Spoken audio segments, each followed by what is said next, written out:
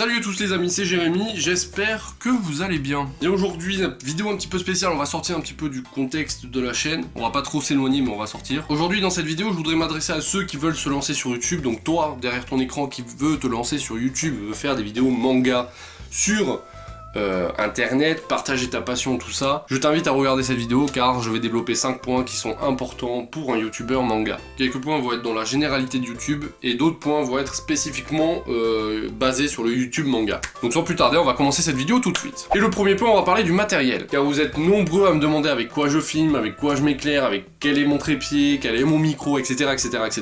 Donc au point de vue du matériel, ça ne sert à rien de vous ruiner parce que vous ne savez pas quand est-ce que votre chaîne va décoller, vous savez pas combien de temps vous allez faire des vidéos sur YouTube. S'il faut, vous allez faire 3 vidéos, ça va vous saouler. Donc n'investissez pas dans du matériel, j'ai envie de dire moyen de gamme, haut de gamme, juste pour faire des vidéos YouTube, ça ne sert à rien. Aujourd'hui, la plupart des téléphones que vous avez filment en 1080p avec une qualité très correcte. Et voilà, pas la peine d'investir dans une caméra de ouf, un appareil photo, un Lumix GH5 ou que sais-je.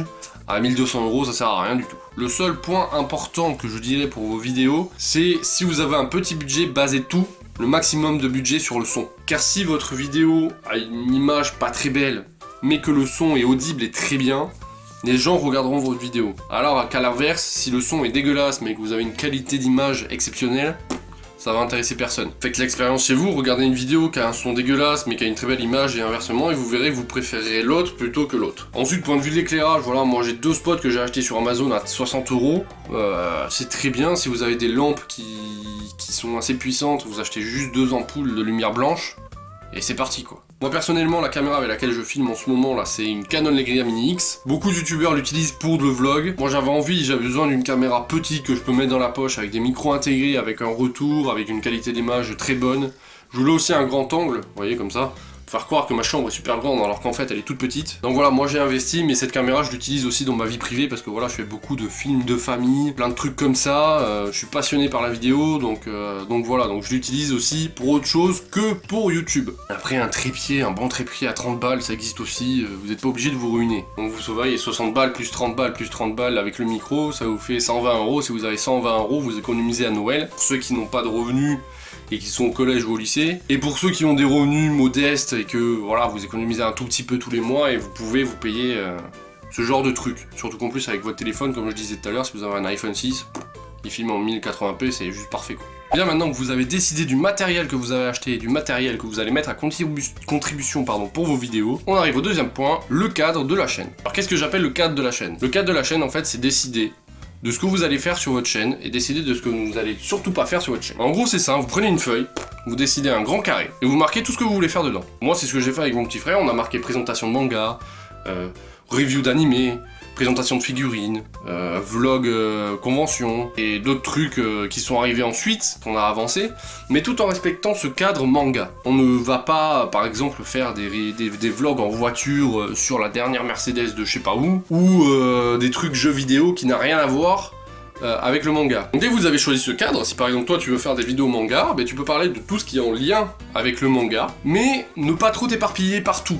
Parce qu'à force de faire des vidéos partout, tu vas t'y perdre, ça va se voir et ça va pas marcher. Maintenant que tu as décidé de ton matériel, du cadre de tes vidéos, il faut te lancer et créer ta chaîne YouTube. Donc pour ça, tu vas sur youtube.fr et tu crées ta chaîne. Je rigole, c'est pas le troisième point, c'est juste que ça, c'était hyper simple à faire.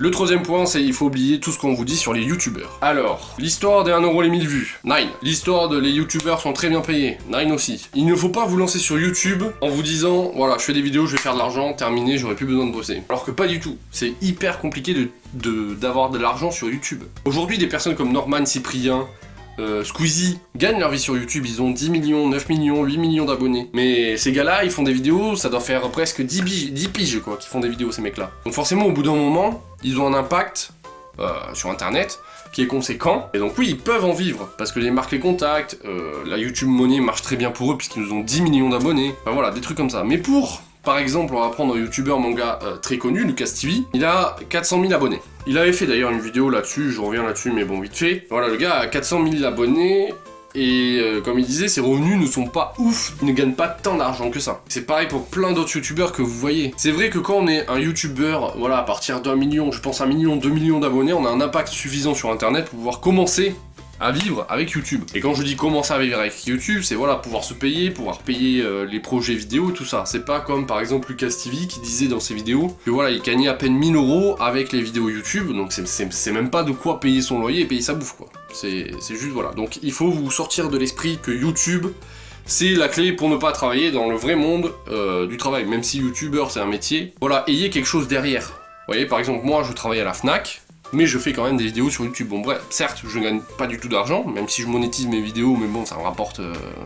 voilà, je crois que ça me rapporte même pas 2 € par mois. Mais c'est juste, voilà, je me fais kiffer et je me dis, je la monétise, un jour peut-être ça marchera. Le quatrième point, et je crois que c'est sur celui-là que je vais plus développer, c'est que si tu as choisi le manga comme thème, mon gars, tu vas en chier de ouf. Parce que le manga sur YouTube, certes, c'est connu, mais c'est pas hyper exploité comme l'humour, comme le gaming, comme les dégustations, comme le make-up, que sais-je, des trucs comme ça. Aujourd'hui, le plus grand youtubeurs manga, c'est le chef Otaku, Lucas TV, ces gens-là. Ils ont 300 000, 400 000 abonnés en moyenne, après j'ai pas les chiffres entiers dans la tête. Alors que dans l'humour, le plus grand, c'est Cyprien, à 10 millions d'abonnés, tu vois. Au prorata, même si les vidéos, on peut plus aimer les vidéos du chef que par exemple les vidéos de Cyprien ou inversement, au prorata, tu auras plus de chances de cartonner si tu fais de l'humour que du manga. Après, il faut pas choisir une thématique de vidéo en se disant, comme je disais tout à l'heure, voilà, je veux faire de l'argent, je veux faire de l'audience, je veux des millions d'abonnés, je veux le trophée YouTube chez moi. Faut pas choisir ça. Mais ça, on l'abordera dans le 5e point. Donc voilà, le manga est un monde compliqué, enfin compliqué sur YouTube, oui et non, parce que ça va être compliqué, voilà, pour augmenter tes abonnés.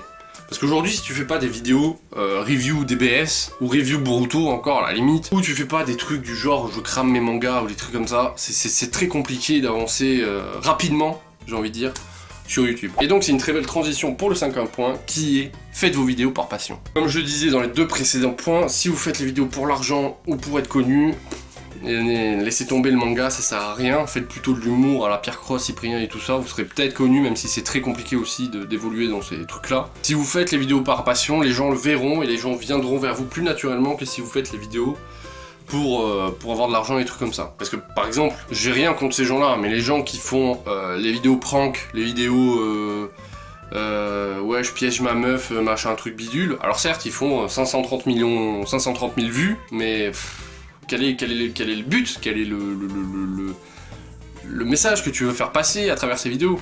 Alors que si tu fais par exemple comme moi des vidéos manga, tu partages ta passion à travers tes vidéos, tu dis voilà que t'aimes ou t'aimes pas tel manga, tu dis que voilà tu présentes des trucs. Moi par exemple j'essaie d'amener aux gens une culture qui est très mal appréciée en France, encore malheureusement, en disant que les mangas c'est pour les gamins, les animés c'est pour les enfants, machin tout ça. Et donc moi j'essaie à travers mes vidéos de vous prouver à ceux qui n'aiment pas les mangas, même si, bon, ils regardent pas forcément mes vidéos, mais à vous déjà qui êtes derrière votre écran, ouais, vous dire que vous êtes pas tout seul à aimer les mangas, il y a moi aussi, il y en a plein d'autres. Ce n'est pas une honte d'aimer les mangas, mais voilà, et montrer aussi que le Japon, c'est pas que les sushis, les nems et les baguettes, quoi. C'est autre chose, c'est une culture, c'est des valeurs qui sont véhiculées à travers les mangas, et ce n'est pas que du Kamehameha, des Rasengan, ou des découpages de tête. Donc voilà, cette vidéo est terminée, j'espère qu'elle t'aidera à te lancer si tu veux te lancer sur YouTube. Bref voilà, j'avais juste envie de vous en parler parce que moi j'aurais aimé qu'un gars me fasse une vidéo comme ça sur les vidéos manga en me disant voilà ce que tu peux faire, voilà ce que tu peux pas faire, voilà ce que tu peux acheter, enfin voilà. Je trouve que voilà, j'avais envie de partager ça avec vous. Donc si vous avez kiffé cette vidéo, comme d'habitude, pouce bleu. Si vous voulez que je refasse d'autres vidéos de ce genre, ben laissez-moi en commentaire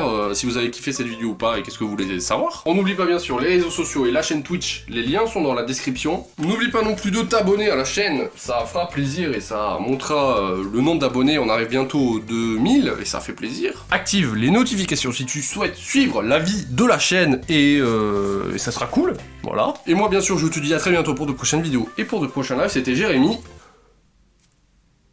Ciao ciao, t'as raison.